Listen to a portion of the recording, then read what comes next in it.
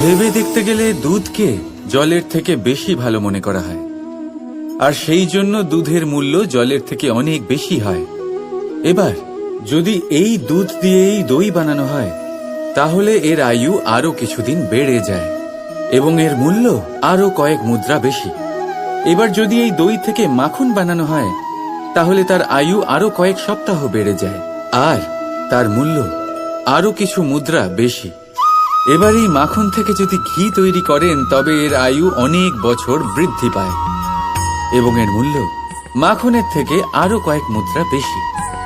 এবার এই সব কিছুর মূলে দুধই আছে, কিন্তু এদের সকলের আয়ুতে এদের মূল্যে এত তফাৎ কেন?